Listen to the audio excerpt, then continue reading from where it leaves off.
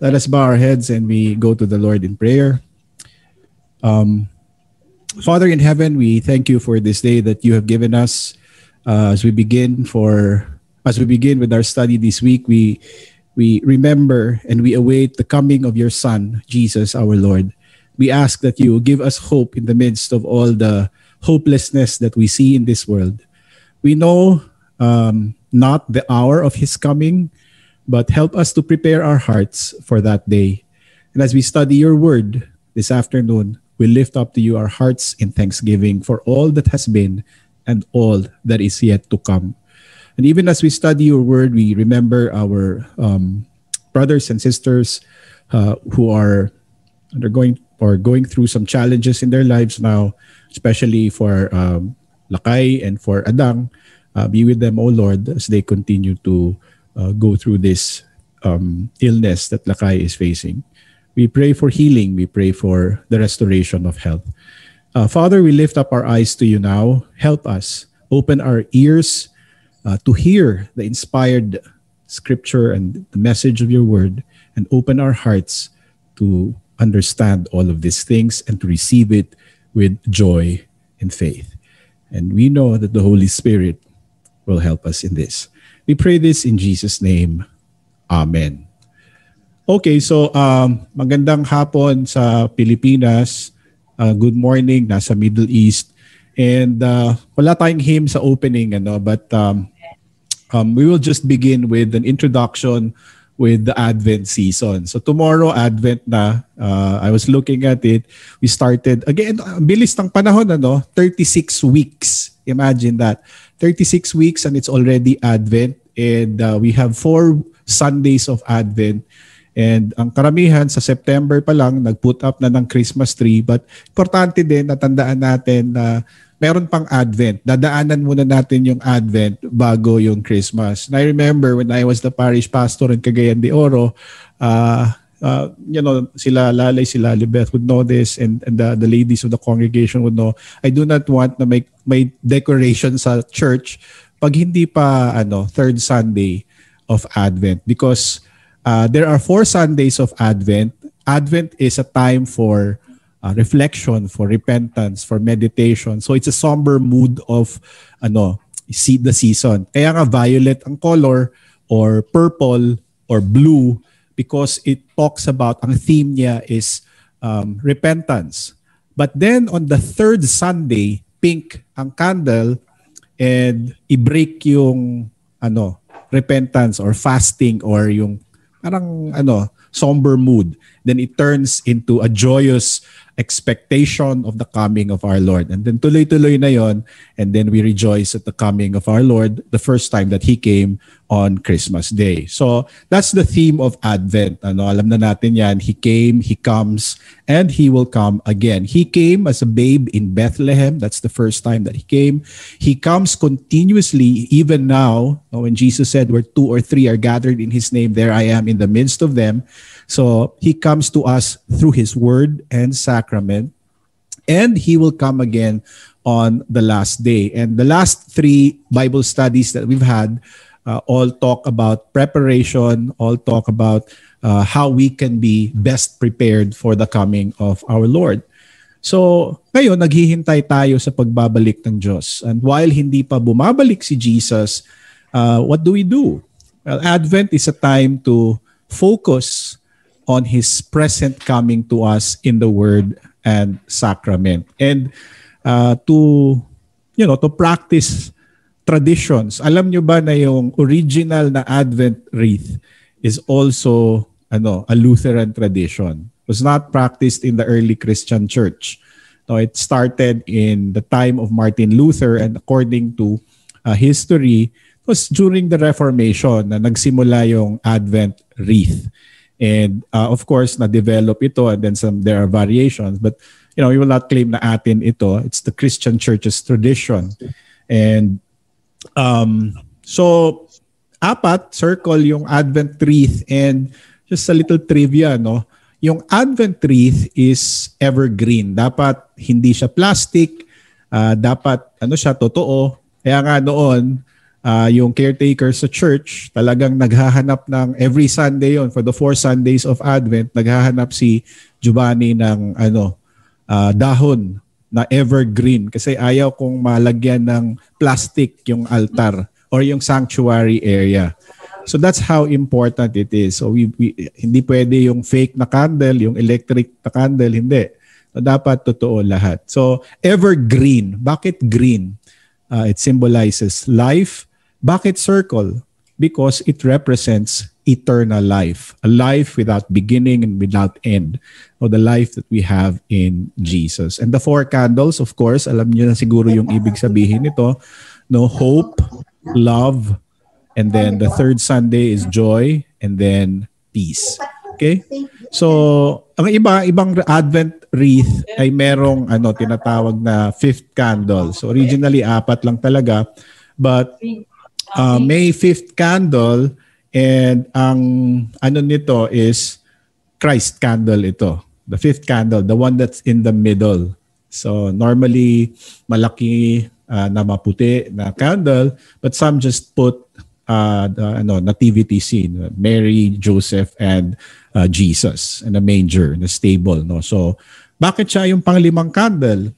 And normally, by the way, ito, sinisindihan tong pang-5 candle sa Christmas. Pwedeng sa Christmas Eve and then sa Christmas Day na services.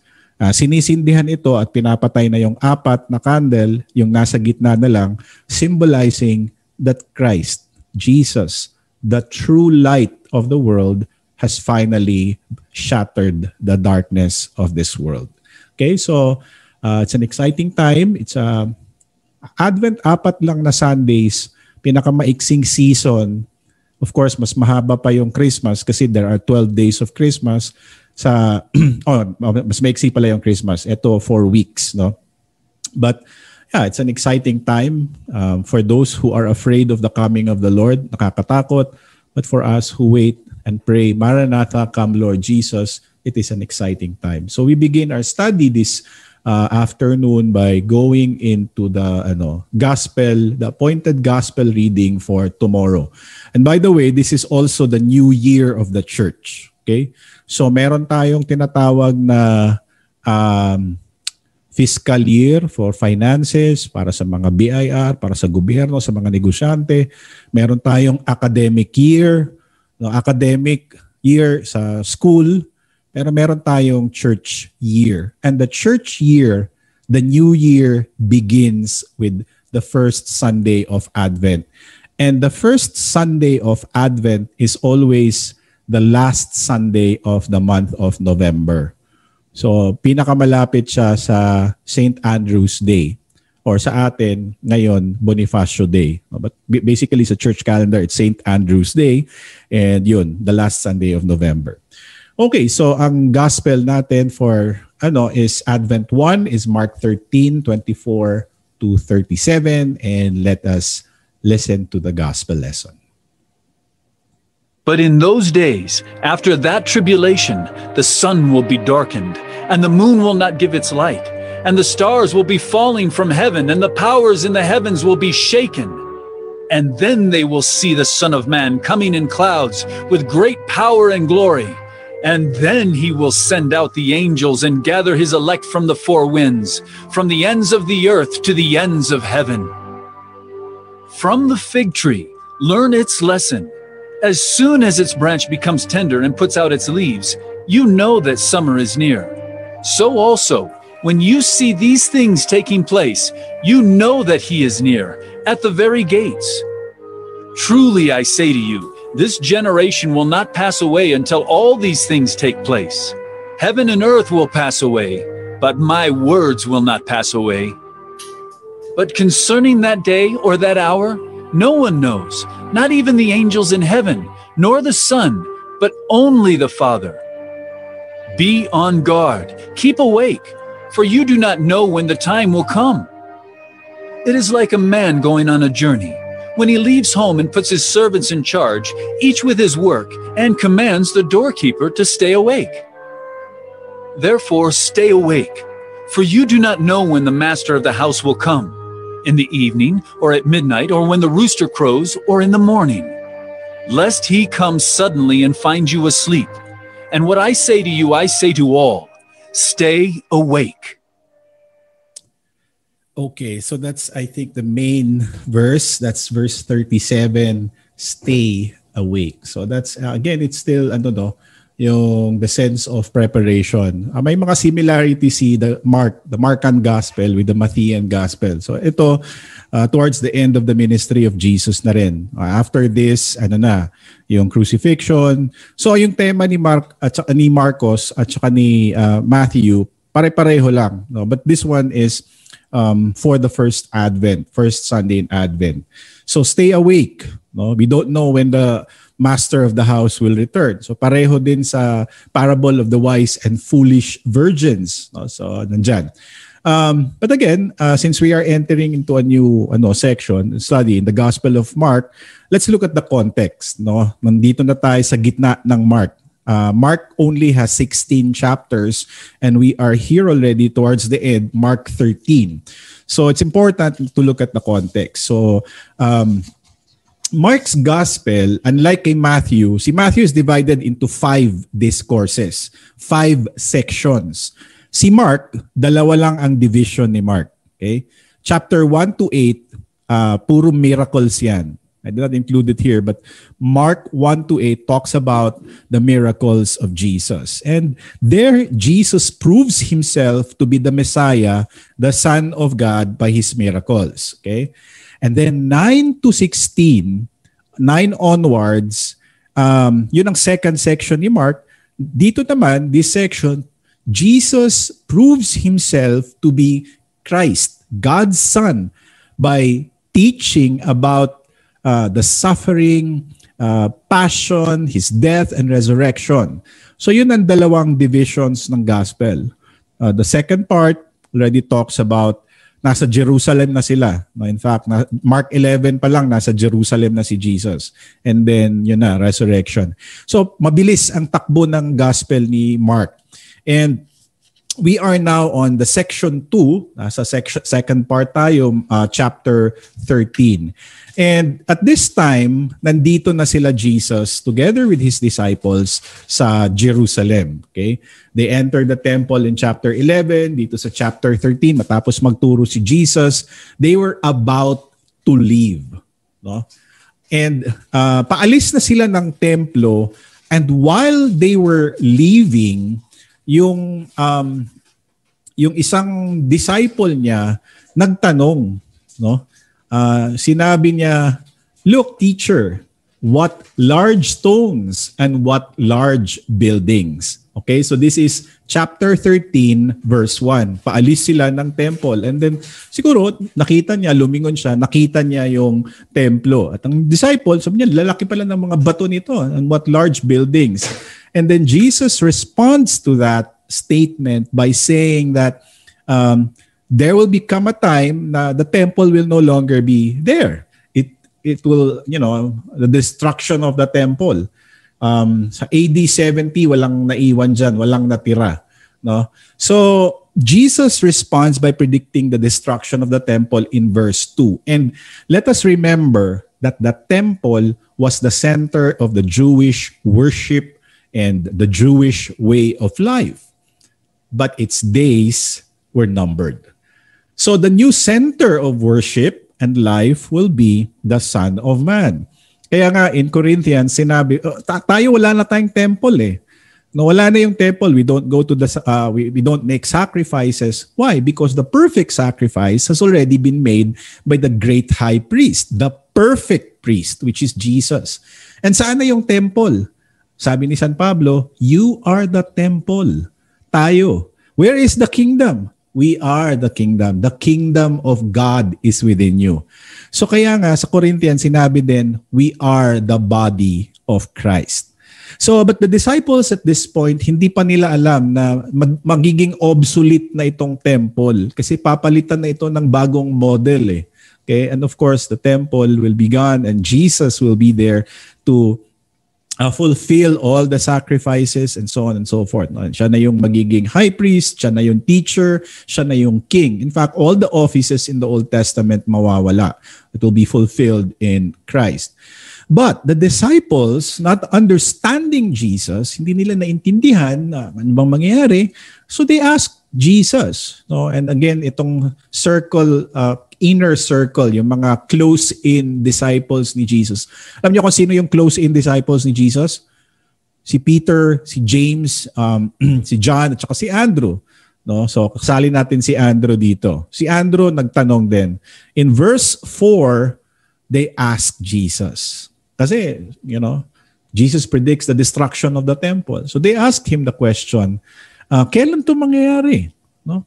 When will this be?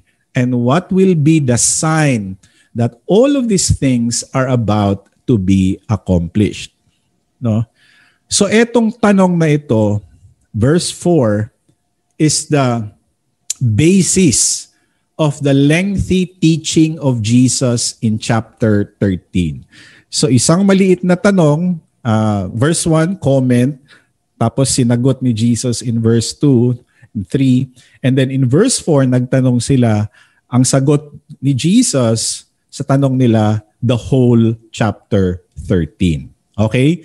So yan ang konteksto ng Mark 13 study natin ngayong hapon. It began with a simple question, kailan ba mangyayari ito at ano ba yung mga senyales na lahat ng ito ay mangyayari na, that all of these things are going to be accomplished. So when do all of these things are going to be mali. No, kailan ba mangyayari lahat ng ito? They wanted to know.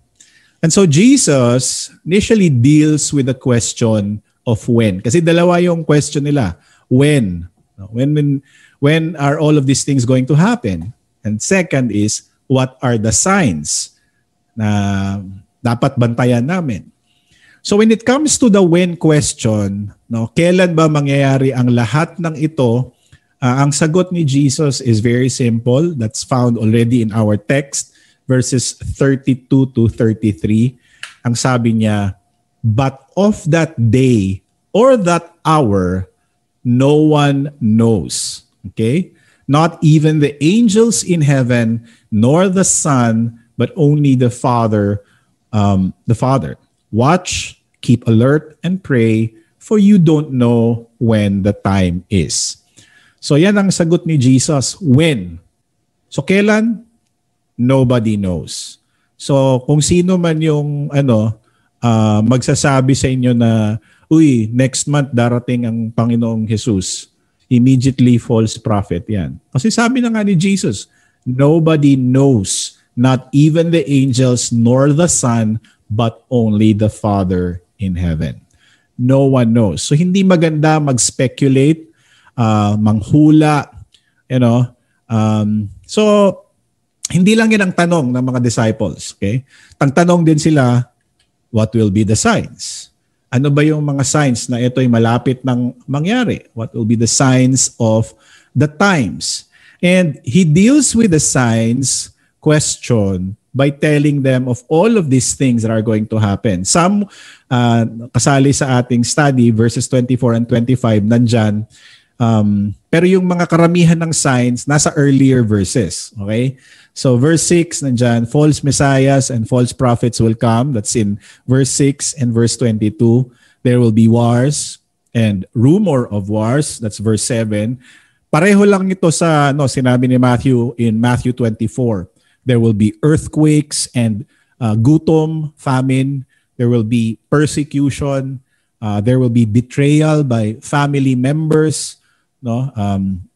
We discussed this early after Easter season. Ewan ko kung pang ilang Pentecost Sunday yon, yung magkakasulungat yung pamilya tungkol sa pananampalataya. So magkakagulo. Okay? And then the abomination of desolation, which talks about the destruction of the temple and the Antichrist. No? And then in verse 24, yung kanina sa verse natin, it mentions also the darkening of the sun and the moon and the falling of the stars.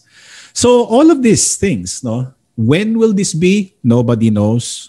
What will be the signs? Eto yon. And chapter 13 tells us na when all of these signs are happening na, nangyayari na ito, then malapit na nababalik ang Diyos. That is the time that we should watch for the coming of the Son of Man. For the Son of Man will gather all the people together.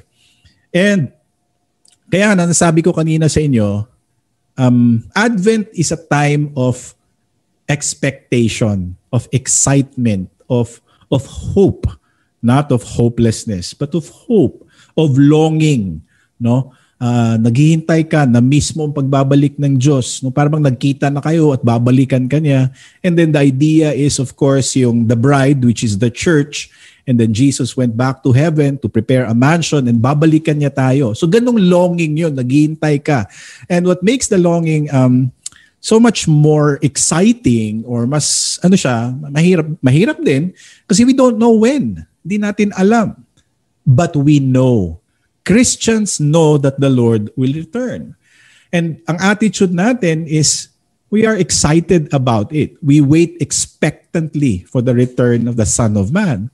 Iwan natin lahat ng sakunan dito sa mundo. Iiwan natin all the pain that is in this world, all the, the things that, the problems in this world. Iiwanan natin, and then the Lord will take us to be with Him. But for those who do not believe, for those who only live for this world, wala eh. They don't like the coming of the Lord. Kaya nga dalawa ang attitudes, either takot ka or either excited ka or joyful ka. And the promise is that God has prepared something wonderful para sa atin.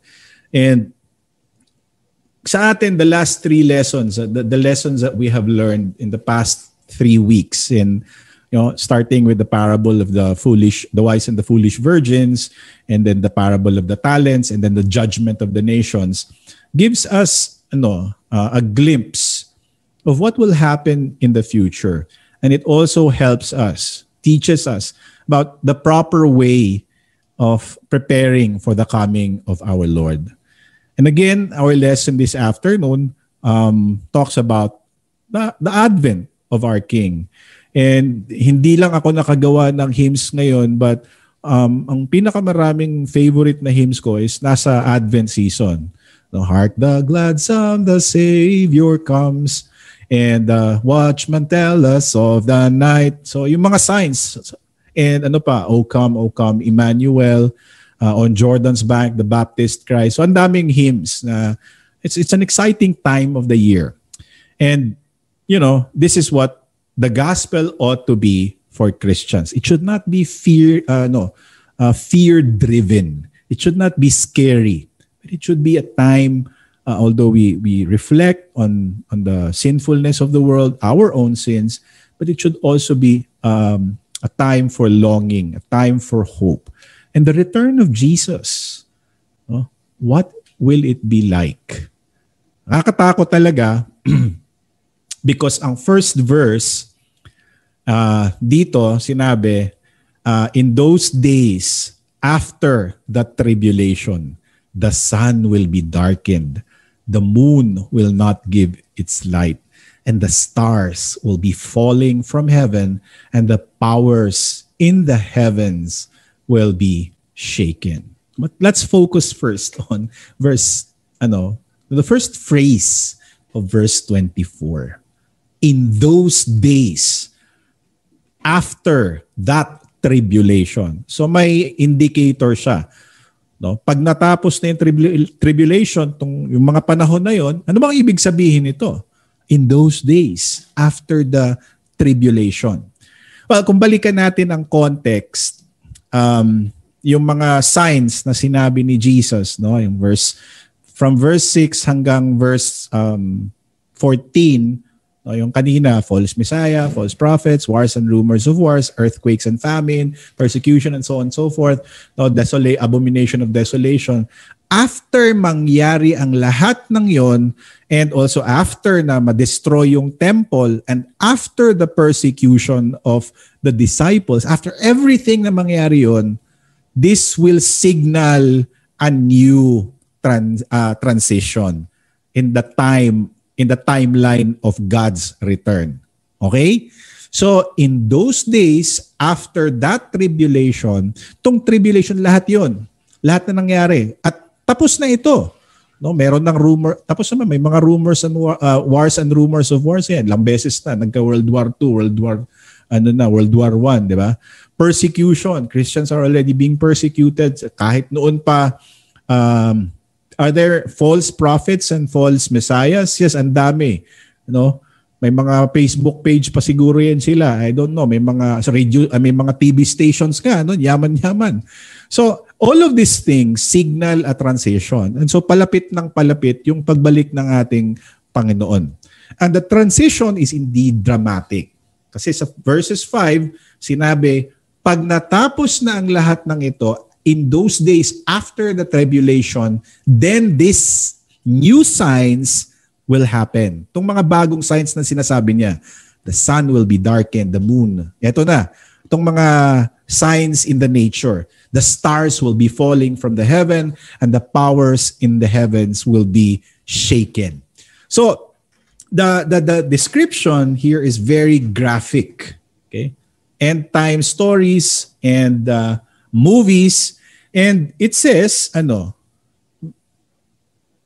picture nito? By the way, may nakita ba kayong mga movie na ganito? No, mga Armageddon or I don't know, daming movies na ganito na yung nabaha yung buong nahulugan ng comet or meteor, meteor yung earth tapos bumaha super. Then it's a picture of those kinds of things, no? End times images. It's very graphic, like end time stories and movies. And may mga references ito sa Old Testament. Hindi lang si Jesus ang nagsabi nito. And in fact, there are so many in the book of and the prophecies of Ezekiel, kay Isaiah, but I'll just give you two, no, para mabilis yung natin study. But ito yung dalawang passages in the Old Testament, okay? Saan ba yan? Okay, for the stars of the sky and its constellations will not give light. The sun will be darkened in its going forth, and the moon will not cause its light to shine. Parang eclipse. Then there's another one in Isaiah chapter 33 or 34 pala. All of the army of the sky will be dissolved. The sky will be rolled up like a scroll, and all its armies will fade away. And as a leaf fades from off a vine or a fig tree. So ganun lang picture. Pag may bagong halaman, namamatay muna yung mga leaves, di ba? Nahuhulog and then saka uusbong yung bagong dahon. So, when you look at this imagery, parang ni-reset ang mundo. Okay? Nakakatakot talaga. You know, sometimes when your phone hangs up, hindi na nagfa-function, dedicate or your computer or whatever, and you reset, you pindot the reset button. Ito yung mangyayari. This is what it looks like. But it is in a much more bigger or grander scale. It's not just yung water district ang nag-reset, naglinis. It's not just the electric company, but the world will reset itself because of what God commands. No? And this is very, very significant, very important because let's look again. The sun will be darkened and the moon will not give its light and the stars will be falling from heaven and the powers in heaven will be shaken. Okay? Tanong ko lang sa inyo, kailan ba ginawa yung ilaw sa Genesis? In the creation. There are 6 days of creation, but kailan siya Okay. Sabi ni Hani, in the first day. In the first day, God said, let there be light. Before ginawa ang light, anong nakikita? And darkness was hovering. Nandyan. Earth was formless and empty. Darkness was hovering on the surface of the deep. So chaos. And then the first thing that God creates is the lights. And then, ni-refine ang lights, kailan? Sa first day, let there be light. Pero inayos pa niya yung light eh. Inarrange pa niya. You remember? Anybody? Just a guess. Kailan? In the fourth day, God created the light para sa gabi and the light para sa umaga. And that is of course the sun and the moon. And sa gabi, hindi lang yung moon, but all the stars in heaven. Okay? In the first day, yung elemental light na tinatawag, yung pinaka-importante, yung ilaw. Because without light, everything will die. Ang halaman, kung hindi naaarawan, mamamatay. Kahit sabihin mong succulent yan or kung mga mahihilig sa madilim na halaman, mamamatay pa rin ang halaman kung walang light. Kaya ewan ko kung anong mangyari sa cypress namin na nasa loob ng hagdanan, hindi nakakita ng totoong light, puro lang fluorescent, no? So mamamatay talaga. Kaya importante, that's why God created the light, yung elemental light. That was the first thing, no? Ewan ko lang sa inyo, yung earth science, that's second year, high school, yan pinaka-importante. Light is essential to the sustenance of life in this world. Kasi kung walang sun, we will experience winter all year round. Yan ang mga sabi sa mga movies. So life is essential to the sustenance of life. So ginawa niya first day and inayos niya on the fourth day. Lights on the evening and lights during the day. So now in our text, this is very scary because verses 24 and 25 tells us na nireset ng Diyos. No? The sun will be darkened. The moon will no longer give its light, and the stars will be falling from heaven, and the powers in the heavens will be shaken. So Jesus is now pointing to that day, the last day, the end times, the last day on the face of this earth. Mawawala lahat ng ilaw. And I know bakit kailangan tanggalin lahat ng ilaw. Kasi pupunta na yung tunay na ilaw, which is Jesus. Kaya nga siya yung Christ candle, the true light of the world. But Jesus is pointing to that day. No? Tinuturo niya, verse 24-25 pa lang, na God will strip away all heavenly bodies and ibabalik ang mundo sa chaotic state and inundo, kumbaga, nireset yung fourth day of creation on the last day. And yung sinabi pa dito na and the stars will be falling from heaven. Hindi lang isang meteor, no? But the sense here, especially in Greek, hindi ko na sinali, is a continuation, it's continuousness as the shower of falling stars. So walang katapusan na pagbagsak ng mga stars in heaven. No? So that is what is described here, being described. Okay? And hindi lang yun ang mangyayari. In verse 26, sinabi din, they will see the Son of Man coming in clouds with great power and glory. And they will see, sino itong they? No? And then, they will see. Sinong tinutukoy dito yung they? Si Dea? Sinong they? Anybody? They will see the Son of Man coming in clouds. Sino? Who is the subject of the verb will see? They will see. Sino itong they? Lalo na ang picture, alam na natin darkness. Then coming out of the heaven, the Son of Man will appear in super earthly brilliancy, light. Siguro times 1 million times sa yung ano ba yun? Yung before, yung nag-change si Jesus. Sino? Sino itong they? Anybody? Believers? So ang unbelievers, hindi nila makita. Well, actually, believers, so lahat ng tao, kahit yung tao na nagtago pa sa bunker niya sa ilalim ng lupa, lahat ng tao, they will see the Son of Man coming in clouds with great power and glory. And this is a contrast. The first time that Jesus came here, nobody really knew that the creator of the universe was born in a stable. Yung opposite, yung contrast, di ba? When Jesus was born in a manger in Bethlehem, sinong nandun? Wala, si Mary and Joseph lang, and then in-announce lang ng angel. But the second time that he will come here in this world, everybody will know. Okay? Even in the ministry of Jesus, nobody really knew, based on his appearance alone, his lowliness, his humility. Nobody would think na siya yung gumawa ng sanlibutan. No?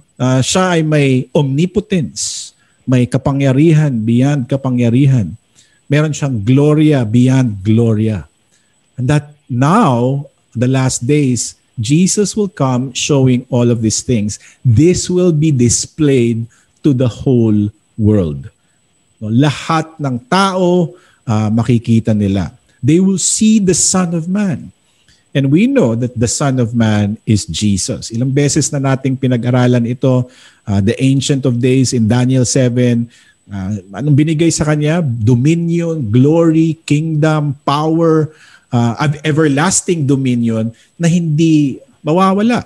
A kingdom that will never pass away. A kingdom that will never be destroyed. And now He has come. So, nakakatakot ito. But for us Christians, like I said, it is meant to encourage. It is meant to encourage us and promise us that kahit anong hirap ang pinagdadaanan natin sa ating buhay ngayon, yung mga problema, yung mga burdens o sa mundo, no? Ang world is nag-agulo. It's groaning. And last week, kagabi lang may nakita kami na news si Hani na may bata iniwan lang sa bag. Tapos, ayun ko, nakita niyo yata sa GMA to eh. I thought news yun kagabi, pero isang araw pa pala yun. Nilagay sa bag, ganyan, iniwan. And ang daming problema. Just look at the news. It's very depressing. And then people are confused now. Magpapa-vaccine ba sila sa COVID, AstraZeneca? Phase 3 pa lang yun. Hindi pa kumpleto yung phase 3 trial. Merong iba sasabihin na, paano na tayo? And meron namang nagsabi, naku, delikado yan. So, ang gulo-gulo ng mundo. No? And eto pa, judgment. The image is frightening. But for us, it is meant to encourage us and to promise to us the Holy Spirit will give us the right words to say if we are persecuted. The case of the disciples and the apostles, the Holy Spirit was with them in the book of Acts. And also the Holy Spirit will be with us, no, until the end. And he who endures to the end, the same will also be saved. So the Son of Man, nakakatakot tong image, but the Son of Man will also, what? He will send out his angels and gather his elect from the four winds, from the ends of the earth to the ends of heaven. And ito yung four winds. Alam natin yan, north, south, east, and west. But in Greek, it's akruges heos, akru urano. Literally, ang ibig sabihin, from the tip of the earth to the tip of heaven. So, sino ang makakakita sa tao? Lahat ng tao. They will see the Son of Man. Bakit? Ang angels no? From the tip of the earth to the tip of heaven, kukunin niya. Igagather niya from the ends of the earth to the ends of heaven. And with the temple, Jerusalem, wala na at this time, no, sa ating panahon ngayon, saan sila magagather? No? By the way, yung Temple of Jerusalem, was destroyed in the year 70. Okay? AD 70, yung temple sa Jerusalem, sinira, dinestroy ng mga Roman soldiers. the Roman Empire. Because nagrebelde yung Israel at that time Sa history, you can look it up in the history. And so, the temple was destroyed. At lahat ng gold na nasa templo, di kinuha. And then ngayon, you go to Israel, wala na yun. So, all of these things will happen just before the Lord will return, and then the Son will come, and then the angels will gather. And this is an illustration. This gives us a glimpse. No? It's important for us to remember na mangyayari ito. Okay? Don't be so used to living in this world. Don't be so comfortable in this world. Darating ang Diyos. Babalik siya. At hindi tayo pwedeng magsabi na, hindi ko naman alam ito Sinabi na. Ngayon, sinasabi sa atin. And this is demanding also. This is a very demanding message. Why? Because while, nakakatakot ito, it tells us to be prepared for this at any time. He calls us, the Lord wants us to endure and to be watchful, to be always prepared for this. So ibig sabihin, dapat nagmamanman tayo, nag-o-observe tayo sa mga panahon. We should look around what's happening and to be prepared. To look at the signs. Not to speculate, hindi manghula, naku bukas darating ng Diyos. Hindi. But just to understand the signs. Okay? And the next verse is an illustration. Ito na yung parang may parable kasi dito sa text natin So this is an illustration of the importance of watching out or observing the seasons. Ito yung mini parable, and it teaches us one thing. And it says, from the fig tree, learn its lesson. So ito yung illustration ni Jesus. Sabi niya, as soon as its branches become tender and puts out its leaves, you know that summer is near. Okay? So ginamit na example ni Jesus, yung fig tree. Ako, hindi pa ako nakakita ng fig tree. May figs lang na kinakain yata yung fruit niya. And then in Matthew 11, I know that Jesus cursed a fig tree for not bearing fruit. Pero dito, ang use of the fig tree as an illustration, iba. Different, no? Jesus finally answers the request of the disciples, and ginamit niya isa din itong example or illustration yung fig tree. Dito, sinabi, as soon as its branch becomes tender and put out its leaves, you know that summer is near. Okay? This is in the context of yung 4 seasons. Kasi summer, winter, spring, summer, and fall. Yun ang seasons nila. Sa atin, wala tag-ulan at tag-init lang. Pero for those of you who have experienced yung winter sa ibang bansa, yung winter talagang napaka-depressing. Puro ice ang makikita mo sa palibot. Wala, namamatay lahat ng mga punong kahoy except lang yung mga evergreen, yung mga pine tree, ganyan. Lahat ng ordinaryong kahoy mawawalan ng dahon. Okay? So buong winter wala. Fall, mag-yellow, and then mawawala yung mga dahon nila. But then, pag spring na, the branches become tender and paunti-unti nang lalabas ulit yung mga dahon. And when that happens, that means malapit na ang summer. Okay? So these are indicators of changes in the season.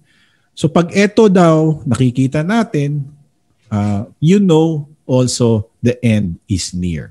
Katulad ng mga dahon ng fig tree, pag ito ay nagdadahon na, malapit na ang summer, ganun din ang iisipin natin sa mga signs na binigay ni Jesus.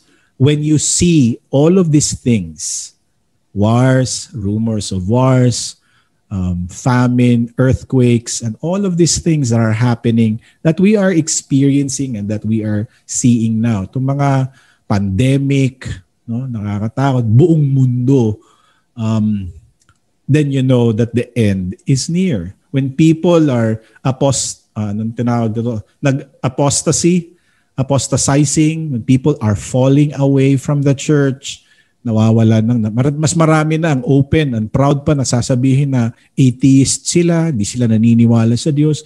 When all of these things are happening, then you know that the end is near. And alam niyo kung sino lang ang nakakamalay nito? Sino lang yung nakakahanda? Sino lang nag-o-observe? Ang nakakamalay lang is what? Sino? Siyempre yung nagbabantay. No? Yung nagmamasid, nag-o-observe sa mga pangyayari, naghahanda, they will know and we will know these things. Alam natin, when there is evil, when there is apostasy, when there is no fear, wala lang takot sa Diyos, no? In fact, open arrogance in the presence of God. And mababantayan natin ito. Ang hindi lang nakakamalay is of course yung hindi handa. Ang hindi lang nakakaalam nito is yung walang pakialam. Yung hindi nagmamasid sa panahon. Yung hindi handa. And that is why for them, the return of the Lord will be a surprise. Okay? So magugulat talaga yung mga hindi handa. Pero kung ikaw ay laging handa, well, there might be, okay, eto na, malapit na. And then when the Lord finally returns, di ba? Katulad ba ng isang babae, manganganak, nagbibilang sa mga weeks. And then, alam niya malapit na. Ganun din eh. Pains of a childbirth. Mahirap naman siguro magbuntis ang isang babae tapos hindi niya alam kung kailan. Napaka-uncaring naman. So ganito din ang mangyayari.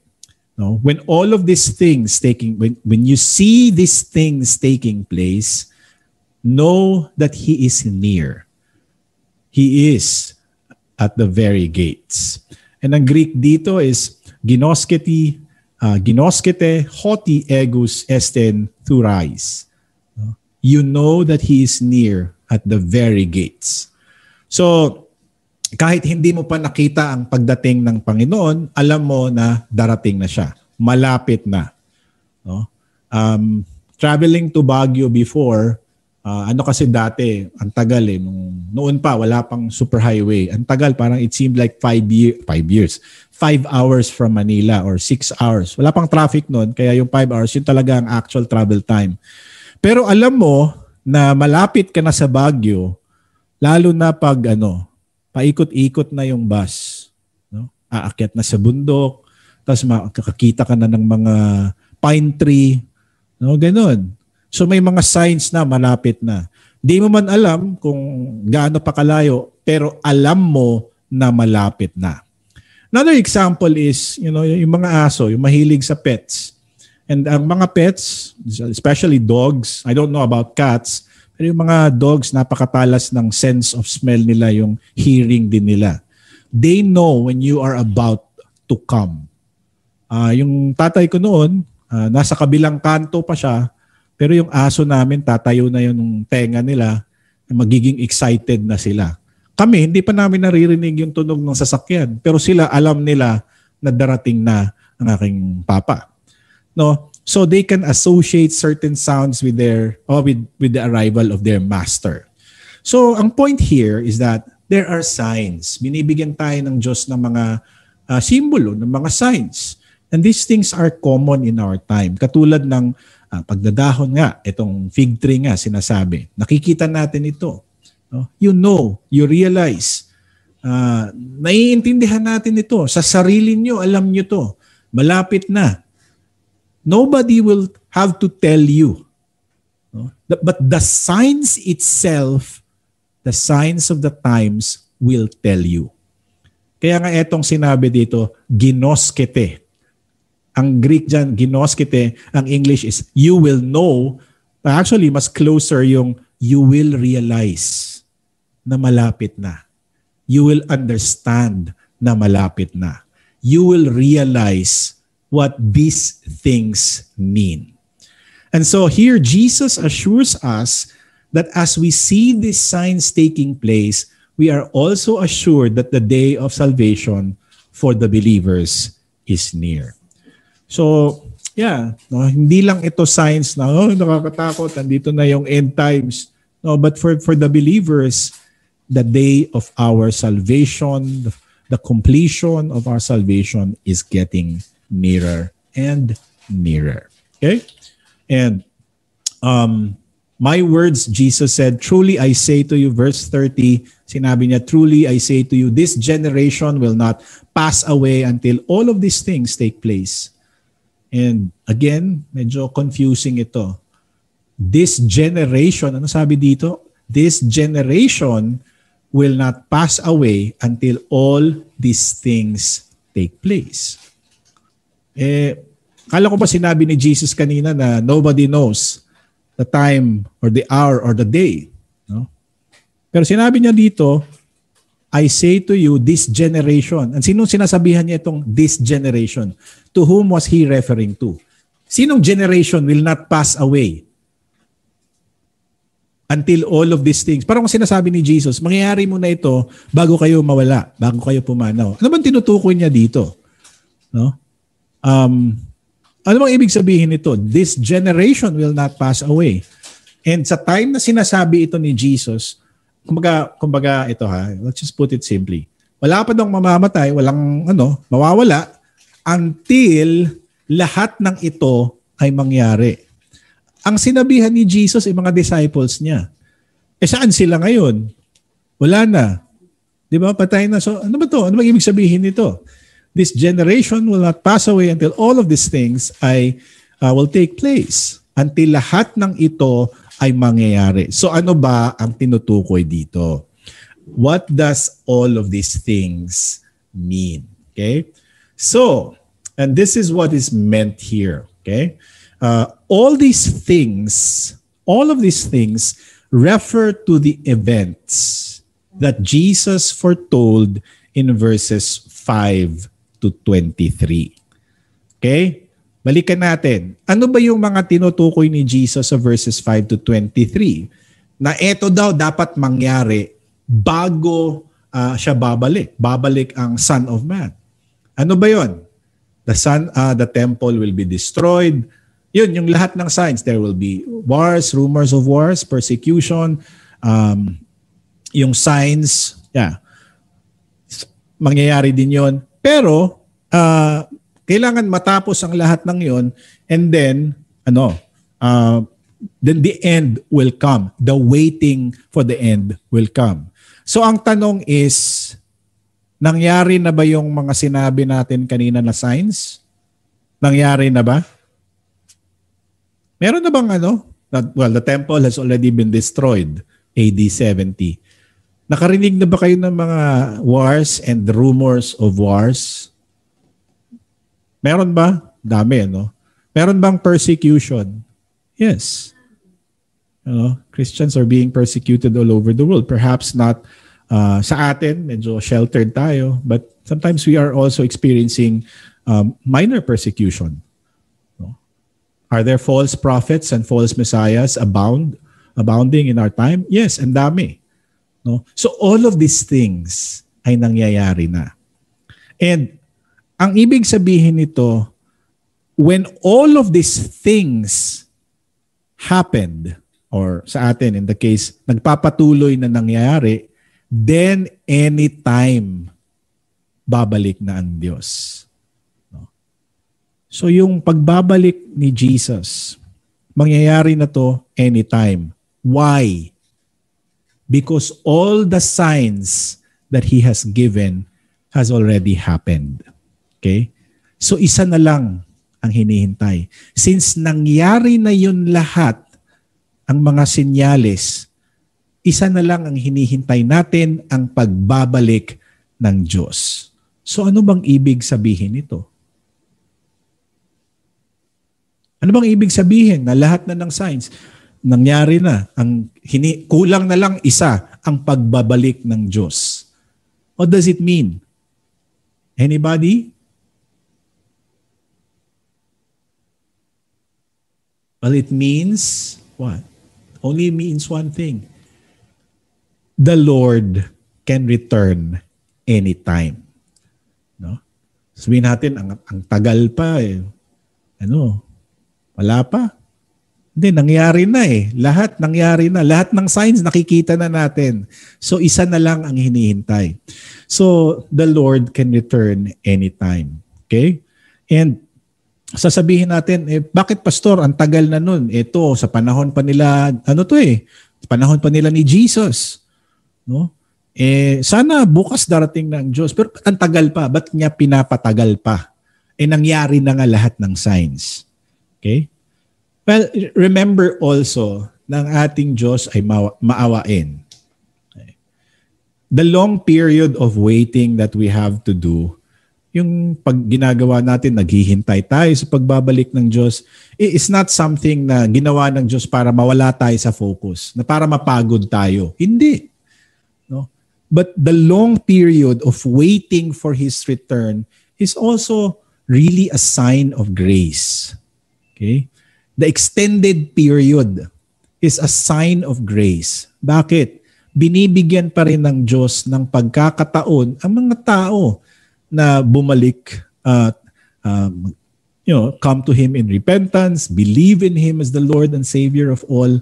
Binibigyan niya ng pagkakataon, opportunities for the work of the church to prosper and to further the kingdom of God. Hindi dahil late ang Diyos. God is never late. He's always at the right time in His perfect timing. No? So tayo, naghihintay na lang tayo. Isa na lang ang hinihintay natin. The Lord will come at any moment. At hindi lang yan. No? Ito dapat tandaan din natin. Advent is not only about waiting for the coming of our Lord. But Advent is also what? When we meet the Lord. We don't know our times in this world. Hindi natin alam. Kaya nga sinabi ni Apostol Tiago, James said, yeah, it's good. May plano tayo para bukas. We make plans for tomorrow, next week, next month. But we don't know what will happen. So we say, God willing. Because we don't know our time here in this world. And we know that this is not our real home. Our real home is in heaven. Okay? So bakit matagal? Pastor, gusto na namin na Yeah. It's a sign of grace. Binibigyan ng pagkakataon yung karamihang tao. No? Pero namang iba, daming problema, malungkot, na-depressed. Lord, bumalik ka na. And then yung naging okay na yung buhay niya, yumaman siya, ganyan-ganyan. Tapos sasabihin ng Diyos, babalik na ako bukas. Sasabihin niya, wag muna Lord, enjoy muna ako. Hindi. We sometimes forget that heaven is, where we belong. That's to be with God. No? And sinabi ng Diyos sa atin, heaven and earth will pass away. Lahat ng nandito sa mundo mawawala. Hindi lang mawawala ay ang salita ng Diyos. But my words will not pass away. And this is from Isaiah 51 verse 6, Isaiah 48, the word of the Lord stands forever. And this is a bold claim, no? Salita ng Diyos will stand forever. The words, the promises of God will never fade. Kaya nga, kahit 2,000 years old na ang Christianity, even matagal pa, the message is still the same. Jesus is still the message. Hindi nagbabago ang Kristyanismo. Hindi nagbabago. Ang mensahe ay ang kapatawaran pa rin, ang kaligtasan na ibinibigay sa atin ng Panginoon sa pamamagitan ng kanyang anak na si Jesucristo. Heaven is still the place where we want to go. It doesn't change. No? Kaya nga sa among Lutherans, we also have this verbum Domini, manet in aeternum. No? The word of the Lord endures forever. People from all walks of life, every land will look to Jesus, and marami din ang hindi naniniwala. People from all walks of life also, marami ang tao na sisirain yung teaching ng scriptures. Many will come and claim that they are Christ. They will say, I am the Christ, believe me. No? Or marami ang magsasabi na next month darating na ang Diyos. No? And marami din ang mga tao na makikinig lang sa kung ano yung gusto nilang pakinggan. Many will listen to what their itching ears want to hear. Pero pag hindi pasok sa kanilang gusto, pag hindi pasok sa kanilang lifestyle, reject ang Diyos. Feel good message, okay. But self-sacrifice, no. Repentance, asking forgiveness, mahirap yan. Positive thinking lang akong gusto ko. No, hindi ganon. Malayo pa naman, okay lang. Malayo pa ang balik ng Diyos, kayo lang muna dyan. But we don't know when the Lord will return. No? Marami naman na magsasabi, nako, sa susunod na linggo na, no? Darating ang Diyos. Kaya kailangan ibenta nyo yung mga ari-arian nyo, benta mo yung swimming pool mo, Beth, and then yung proceeds, bigay mo sa akin, okay? Pero pagdating ng isang linggo, wala pala, hindi pala dumating. No? So ganyan, marami ang ganyan. But the word of the Lord is clear. No? Nobody knows the hour, the time, or the day. So sa atin, maghanda lang talaga tayo. Kaya ito ang advice. Watch, keep alert, and pray. Ano ba yung mangyayari sa pagdating ni Jesus? What will it be like? No? So, we don't really know what will happen. I mean, this passage gives us a clue. No? Gives us a glimpse of what will happen. But also remember na walang nakakaalam, not even the angels in heaven, nor the Son, but only the Father in heaven. By the way, siguro may tanong kayo, Pastor, hindi ba talaga alam ni Jesus nung sinasabi niya ito? Ano sa tingin niyo?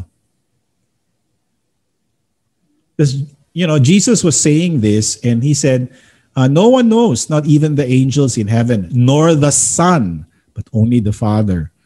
So how can you explain this? Hindi niya alam? I thought God was omnipotent, that He knows everything, and that Jesus is God, so therefore He knows everything. Let us remember, when Jesus spoke these words, it was what? In His state of humility. Jesus speaks here as a man. He did not use His omnipotence. So hindi siya, totoo ito. No? But then, when He ascended into heaven, He now sits at the right-hand throne of God. All authority in heaven and on earth has been given to me. So, essentially, all the three persons of the Trinity know the end times. Pero sa atin, kasi marami ang gustong mag-speculate nito eh. Kaya nga, karamihan sa atin, nai-interest tayo pag may mga video o may mga, may mga propesiya na sa ganitong araw darating ang Diyos. Kasi binilang namin yung mga number, may mga signs, minultiply namin ganito. And then they will say, December 28, babalik ang Diyos. Pag sinabing ganyan, hindi talaga babalik ang Diyos. Sabi na nga, walang nakakaalam eh. No? So it's not for us to speculate. Remember that, okay? It is not for you to speculate when. No? Kasi pag may assignment na ang deadline, December 15, sasabihin mo, December 10 na ako gagawa. May mga ganyan eh. But we don't know when. Ang gagawin natin is to be on guard all the time. Be on guard. Keep awake. Bakit? For you do not know when the time will come. And be on guard, keep awake. Bakit may sundalo dyan? Because in the Roman soldier, although I think the soldier that is in the slide is a Swiss guard, sa kanila, the Roman soldiers, if you are caught falling asleep while on duty, anong mangyayari sa'yo? You will be what? You will be executed. You will be killed. Sa atin, yung security guard na mahuhuli, na natutulog, si Sante lang, tanggal trabaho. You will be removed from your job if you're like a security guard and then you fall asleep. But here, the reality is that If you fall asleep, meaning hindi ka nakapaghanda, no, you are not spiritually ready, then hindi ka lang masisante, hindi ka lang mapaalis, but you will go into a place where there is gnashing of teeth. Okay?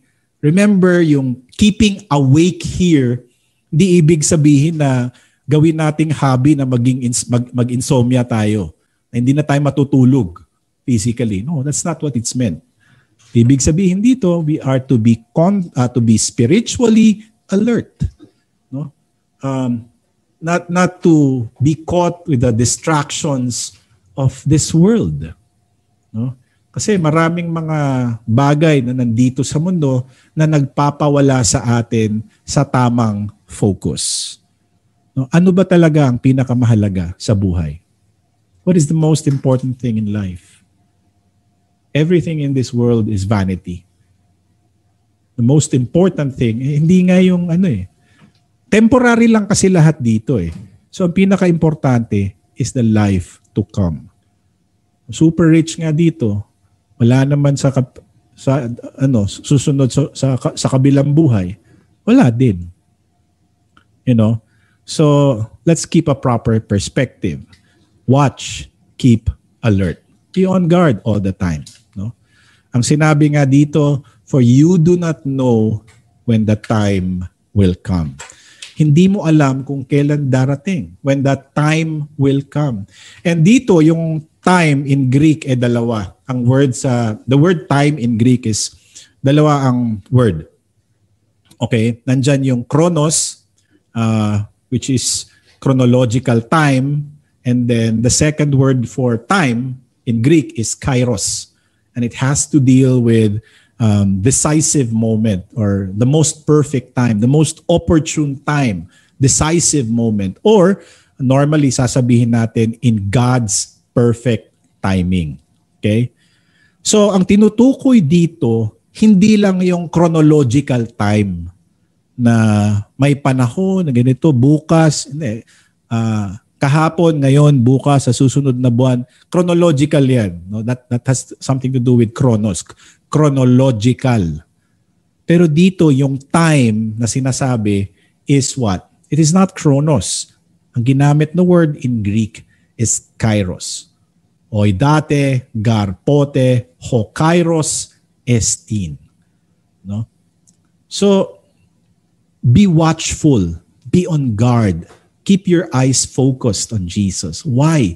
Because you don't know when God's time is, the return of God. So when Jesus says, for you don't know when the kairos is, He's talking about the moment that will define everything in this world. The moment that will seal our faith. At dalawa lang ang pupuntahan natin.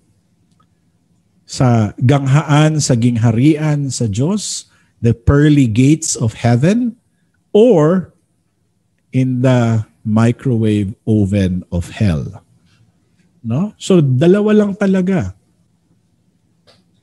Doesn't matter where you are now. And so for believers, we long for the day that we will be meeting with the Lord in the pearly gates of heaven. It's like a son, naghihintay sa pagbabalik ng kanyang tatay. We longing for that. So we wait not for Santa Claus na pumunta, but we wait for Jesus to come.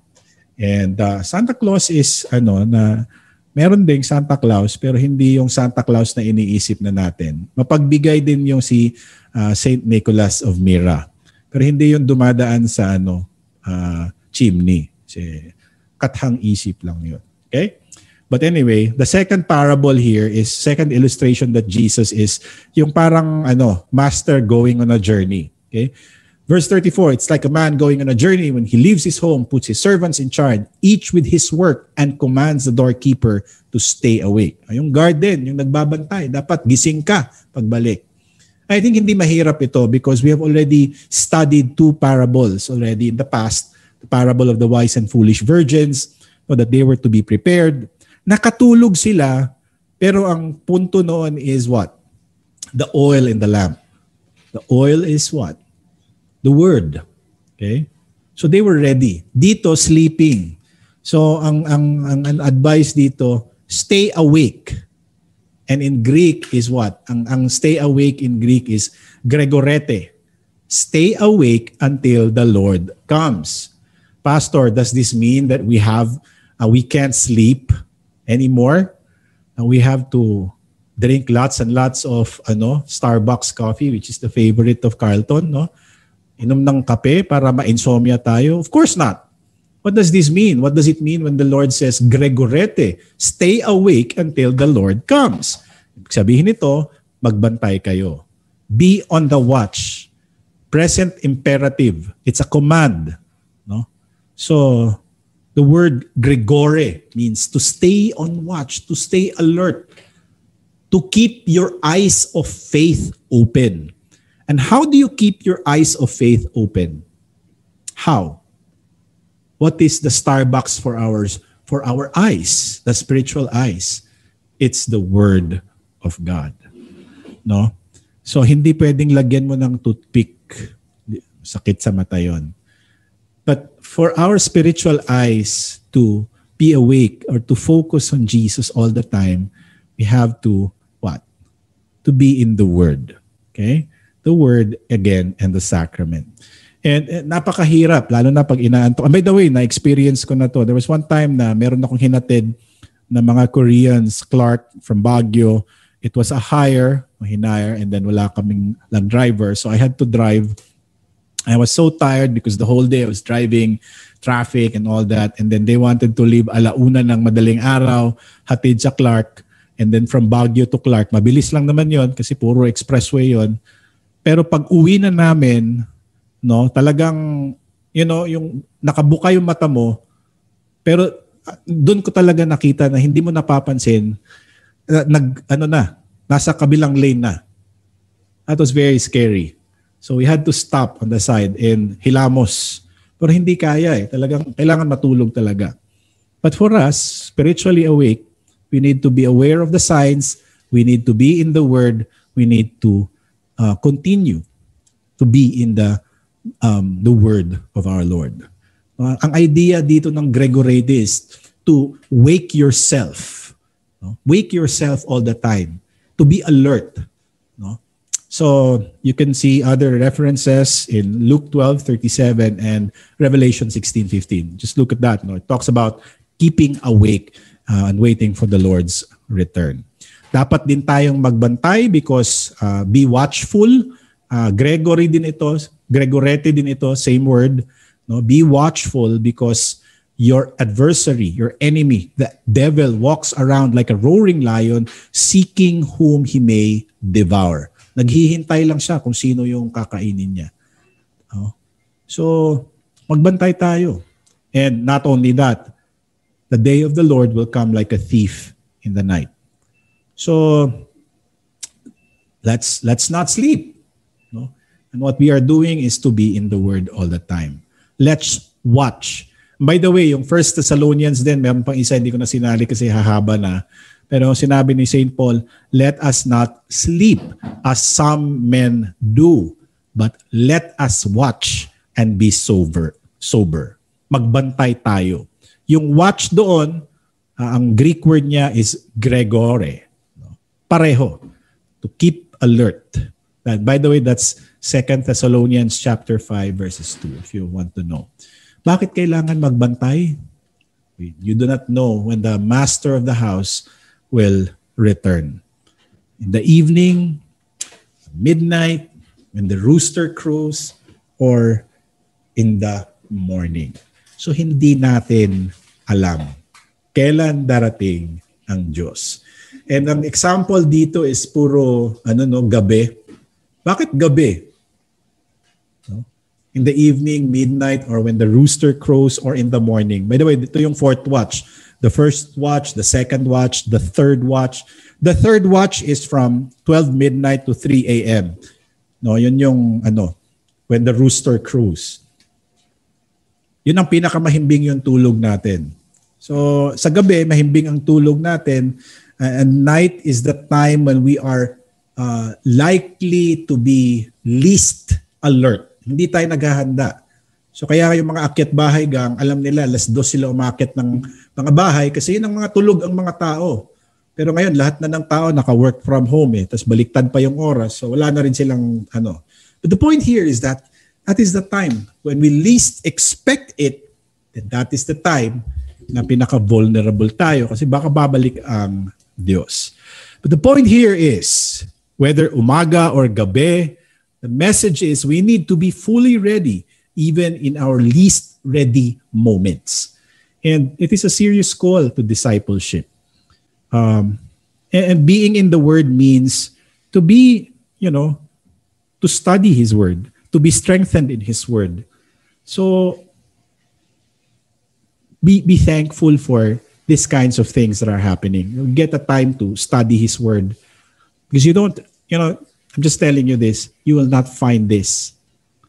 You could probably search in the internet or, even in the congregations, in the churches now, where everything is so fast, mabilis. Salamat tayo may pandemic eh.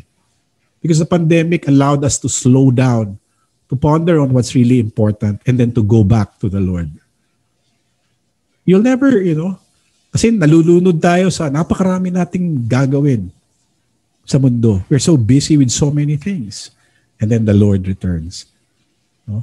And don't tell the Lord, I've been a long time Lutheran all my life. I've been a long time Christian. That doesn't cut it.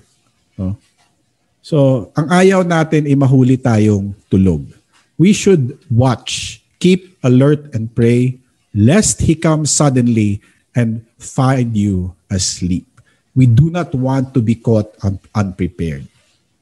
And so pinaalalahanan sila ni Jesus. Huwag kayong matulog. Pero alam nyo, this is chapter 13 by the way, no? At sino nagtanong nitong question, when will these things happen and what will be the signs? Si Peter, si James, at saka si John. Alam niyo ba kung anong nangyari? What happened? In chapter 14, Jesus was in the Gethsemane. And what happened in Gethsemane? 3 times sinabihan sila na, huwag kayong matulog ha. 3 times din silang natulog. Diba? Kakasabi nga lang eh. Watch, keep, alert, and pray. And then the disciples fall asleep in the Garden of Gethsemane. And these were the disciples of our Lord. How much more kung tayo sa ating panahon. But, hindi naman to, kaya nga, pasalamat tayo, may panahon. Sa Cebuano pa, we get to reflect. We get to ponder on these things. We ask for forgiveness from the Lord for the sins that we have done. We are given time. So be thankful for these things. No? Antukin tayo spiritually, that's very dangerous. No, it's a lack of spiritual preparation, failure in our Christian journey, and failure to do what Christ has called us to do. No? So ito sinabi ang ending ng verse natin, and what I say to you, I say to all, stay awake. Okay? So ito yung pinaka main thing. Stay awake. While we wait, wala pa ang Diyos, we wait. No? Wait on the Lord and learn our lessons well in His time. I don't know, I forgot that song na sa camp yun eh. No, but while we are waiting for the Lord's return, we wait, we get ready, we get prepared, we be prepared, no? And laging handa. So kung nag-aral kayo noon sa Girl Scout, alam niyo yung konsepto, laging handa. Boy Scout, laging handa. Kung nakalimutan niyo, no? Tapos may bagyo, anong pinapaalala parati ng GMA7, Beth? I am ready. So dapat may bag sila parati sa mga birth certificate nila para hindi mabahaan. Lahat ng mga importanteng dokumento nandun. Sa atin din, we should take stock of everything that has been given to us spiritually and treasure it. The good thing with spiritual preparation is that we don't have to, carry a bag, but the Holy Spirit helps us be prepared. And I know waiting is hard. It's very hard, mahirap. But that is what we are called to do. We wait for the Lord's return. And while we wait, we also share the message. We share. Some people will not accept it. They're so enamored with this world. And that's fine. We enjoy also the things that God has. Hindi ibig sabihin na mamundok tayo, doon na tayo sa bundok. Hindi. No? Ang point lang din is not to be, caught in the distractions of this world. Know always that we are just, passing through in this life. And the Lord will return. Or, babalik ang Diyos or tayo ang pupunta sa ating Panginoon. Okay? So that is Advent. It's about waiting, the action of waiting. But the question is, how does one become ready? In what ways can we make ourselves ready? Alam na natin, it's the Holy Spirit that makes us ready. But how does one stay ready? How do we stay awake and keep awake? So that we are ready always. Siguro, that's something for you to ponder on and to meditate these questions. How do you become ready? Hindi lang sa pagbabalik ng Diyos, kundi sa pagpanaw natin sa mundong ito. Uy, my golly, Reb, ano ba yan? Knock on wood. Kakatakot. But that's the reality. We don't know when. Di ba? One pastor sa LCMS passed away recently, si Paul McCain. Si Paul McCain is very, yung pangalan na Paul McCain, konektado yan sa Concordia Publishing House. Nandyan yan, lahat. Yung Augsburg Confession, na yung translation, yung mga confessional books na translate, ginawang easy to read, and all of those things. Daming libro. Siya ang publisher, siya ang mga main doon. And he passed away just very recently. We don't know. So, sana pag may manganta sa inyo at may mag-caroling, yung jingle bell, tapos sasabihin nila, let every heart prepare him room. Let your hearts be prepared also. No? Yeah. Be prepared all the time. Ang mga tao na nasa Old Testament, they waited for the Savior. They waited for the Messiah to fulfill the covenant. How many years did they wait? They didn't just wait for decades. They waited centuries. They waited for a virgin to bring the promised son of David, the baby that was going to be born in Bethlehem. They waited and waited and waited. But finally, the promised Messiah came. But naman kasi ang tagal, why is it taking so long? And the Lord is gracious and slow to anger. He gives time for people to repent of their sins and for us to share the word of hope to people who are hopeless in this time. No? So, si Jesus ang hinihintay natin, the long-awaited light to this dark and sinful world. So I hope in our celebrations for this Advent season and then eventually in the Christmas season, remember, the true light is Jesus Christ. That Jesus is always the light that gives us hope. And incidentally, yung first Sunday of Advent, ang theme niya is hope. And we know that our hoping and waiting doesn't stop at Christmas. Pagka January, balik ulit tayo sa new normal. But, our hoping and waiting continues until the Lord returns. It could be a week from now. It could be a year. It could be 100 years from now. We don't know. Hindi natin alam. But the important thing is what? To be always ready. And you know what? We never get to do this na di na kami nakasimba. Pero yung sa communion, when the pastor blesses the people after giving the body and blood of Christ, what does the pastor say? May this true body and blood of our Lord and Savior Jesus strengthen and preserve you. In what? In the one true faith until He comes again. So that's how we become ready. That's how we stay ready. That's how we keep awake to be preserved in the one true faith until Jesus returns again. Pastor, nako, mahirap yan. It's very difficult. I don't know dogmatics. I don't know what you're doing. So Greek, napakadami. No? You don't have to know all of these things. Just remember that Jesus died for you on the cross.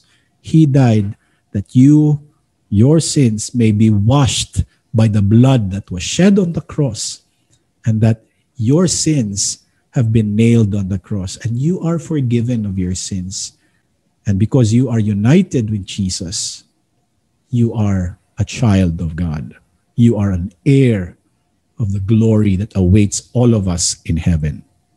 And kahit mahirap ang buhay natin ngayon, no? Daming problema. O kung wala man tayong problema, salamat tayo. Pero mas maganda, minsan may problema para nakakapagdasal tayo eh. No? Kung ano man ang pinagdadaanan natin, well, we thank the Lord and we just pray that God will keep us, will preserve us until He comes again. So how do we stay awake? Be in the Word and the Sacrament. So, eto no, even though heaven and earth will pass away, the Word of the Lord endures forever. Because the Word has died. Etong Word na will endure forever is the Word Jesus. The Word has died and has been raised from the dead, never to die again. The Word is the Alpha and Omega, who is and who was and is to come, the Almighty. No? So, lahat ng ito ay may kasiguraduhan kay Jesus. You look at the slide, this is an old car that kinuhanan ko ito in Burnham Park a long time ago. And in 1990s, this car was the shiniest, the most beautiful thing that you could ever have. After a few years, sira-sira. Kalawang, So ganyan din ang mangyayari sa lahat. But there's only one thing that will remain and endure. And it is the promise of Christ for you. What Jesus did for you on the cross. No? So, we thank the Lord for this. This is how we will stay awake. Okay, so that's the end of the presentation. Do you want to answer the question o may mga tanong kayo? Comments lang, insights. Let's close this with a brief, hindi man hymn, but it's an acclamation of praise to God and the confession of our own trust and faith in the Lord. So, that Jesus is our strength. So, let's close this with the Lord God is my strength. And then we'll close it with a word of prayer.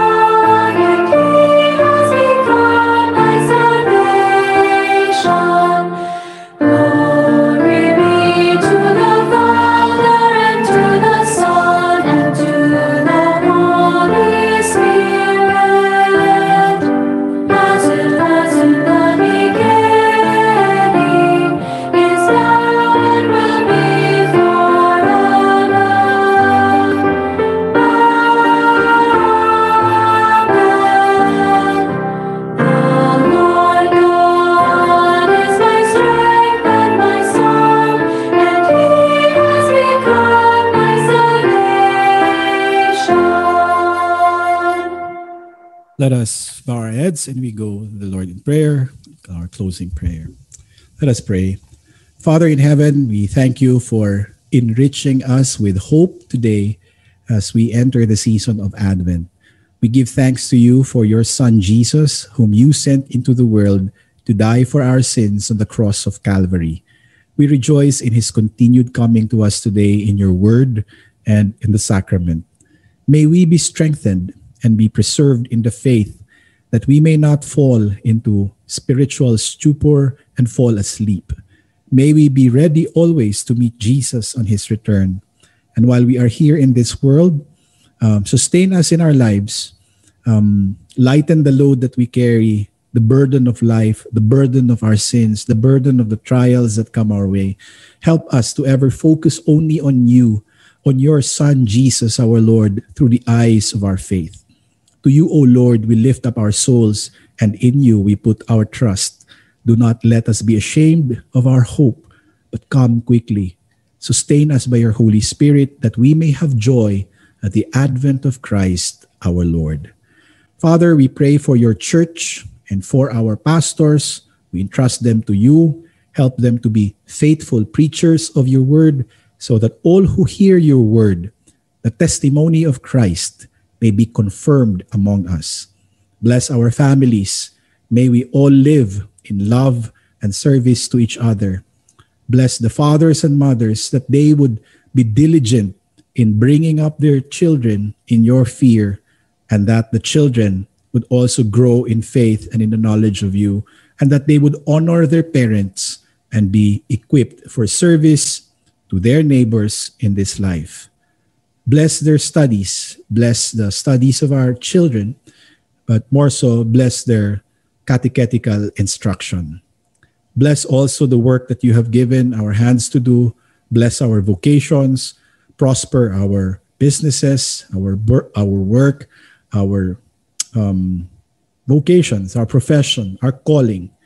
We pray that you bless these things, O Lord, that we may also, out of cheerfulness, bless the work that you have given to the church. Help us not to trust in ourselves, in our strength, in the wealth that you have given, but give us instead a grateful heart, knowing that all things come from you. When we worry, help us to count our blessings instead of the woes that we have in this life. Father, at this point we also pray and look upon you as our compassionate Father. And we know that you sent your Son Jesus into this world. And Jesus, you came into this world of pain, of sorrow, of sadness. So you know and understand everything that we go through in this life. We now pray that you look with compassion and mercy all who are in danger, all who are in trouble, all who are sick or are in need. And here are prayers especially for Mark, the husband of Adang, for Lakay, who's still in the ICU. You know his condition, O Lord, much better than we do. So we entrust him to your loving care. We also pray for Adang, that she be a pillar of strength in this difficult time for her husband. May she be a strength for Lakay. We also pray for Pastor Philip. May you restore him back to health, that he will be able to continue serving your people at St. Stephen. And we pray for all those who are affected by this pandemic. We pray for all the people in pain, in trouble. We pray for them. We pray in their behalf. Be with them, O Lord, in this difficult time. We also pray that you give health to our world and to bring the pandemic to an end. Comfort us, comfort all of us, and sustain us with confident hope in the coming of your Son, Jesus, on the last day. Into your hands, Father, we commend all of these things and all the things in our hearts which words could not express. We bring it before you. We trust in your mercy through Jesus Christ, your Son, our Lord, who lives and reigns with you and the Holy Spirit, ever one God, world without end. Amen.